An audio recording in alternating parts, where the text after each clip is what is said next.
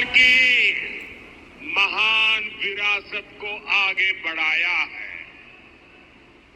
और तभी पश्चिम बंगाल एक समय में भारत के विकास का केंद्र हुआ करता था। यहां उद्योग फले फूले, व्यापार कारोबार को बल मिला, लोग यहां देश भर से रोजगार के लिए आते थे। लेकिन आज स्थिति पूरी तरह उलट गई। आज पश्चिम बंगाल का नौजवान पलायन के लिए मजबूर है। छोटे छोटे काम के लिए भी उसे दूसरे राज्यों की तरफ जाना पड़ रहा है। दुर्गापुर, वर्धमान और आसनसोल, ये पूरा क्षेत्र भारत के औद्योगिक विकास को किसी जमाने में गति दे रहे थे। लेकिन आज यहां नए उद्योग लगने के बजाय जो है उसको भी ताले लग रहे हैं। साथियों, हमें बंगाल को इस बुरे दौर से बाहर निकालना है और आज जो परियोजनाएं यहां शुरू हुई हैं वो इसी का प्रतीक है। बंगाल बदलाव चाहता है। बंगाल विकास चाहता है। बांग्ला परिवर्तन चाहे। बांग्ला उन्नयन चाहे।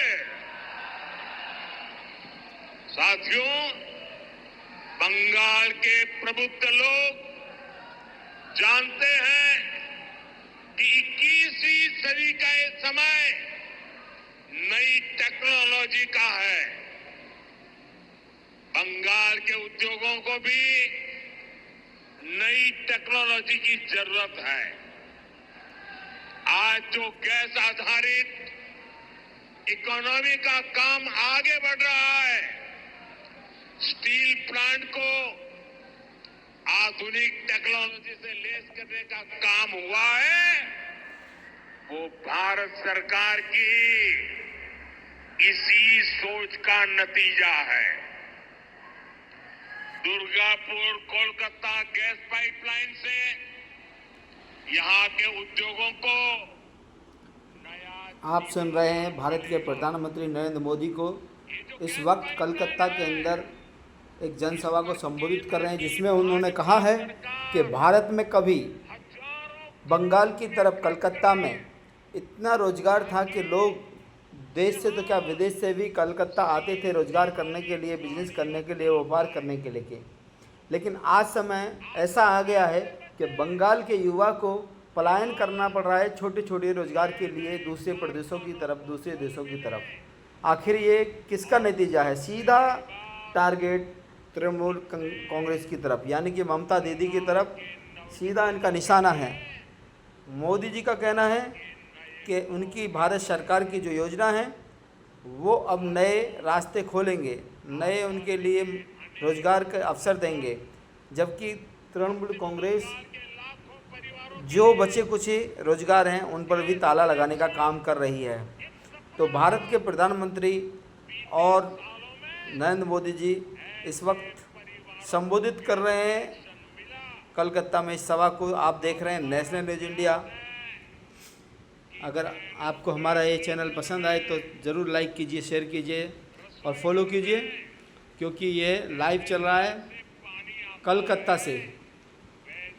भारत के प्रधानमंत्री का ये भाषण आप ज़रूर देखें और सुनें और कमेंट और लाइक और जो भी करें, आपकी जो भी कमेंट हो वो करें। अभी कुछ देर पहले जो कार्यक्रम हुआ है वो आपका जीवन भी आसान बनाएगा और यहाँ उद्योगों को भी गति देगा। साथ साथियों, मैं आज आपको पश्चिम बंगाल के नौजवानों को ये यकीन दिलाने आया हूं, बंगाल की बदहाल स्थिति को बदला जा सकता है। बीजेपी सरकार आने के बाद कुछ ही वर्षों में पश्चिम बंगाल देश के टॉप इंडस्ट्रियल राज्यों में से एक बन सकता है। ये मेरा दृढ़ विश्वास है और मेरे इस विश्वास का कारण है पश्चिम बंगाल में समर्थ और प्रतिभाशाली मेरे नौजवान भाई बहन हैं। यहां नदियां भी हैं और समंदर भी है। पश्चिम बंगाल सैकड़ों वर्षों से इंपोर्ट एक्सपोर्ट का केंद्र रहा है। यहां पोर्ट्स का बहुत बड़ा नेटवर्क है। यहां प्राकृतिक संसाधन है, यानी मेक इन इंडिया को गति देने के लिए, मिशन मैन्युफैक्चरिंग में तेजी लाने के लिए पश्चिम बंगाल के पास हर शक्ति मौजूद है।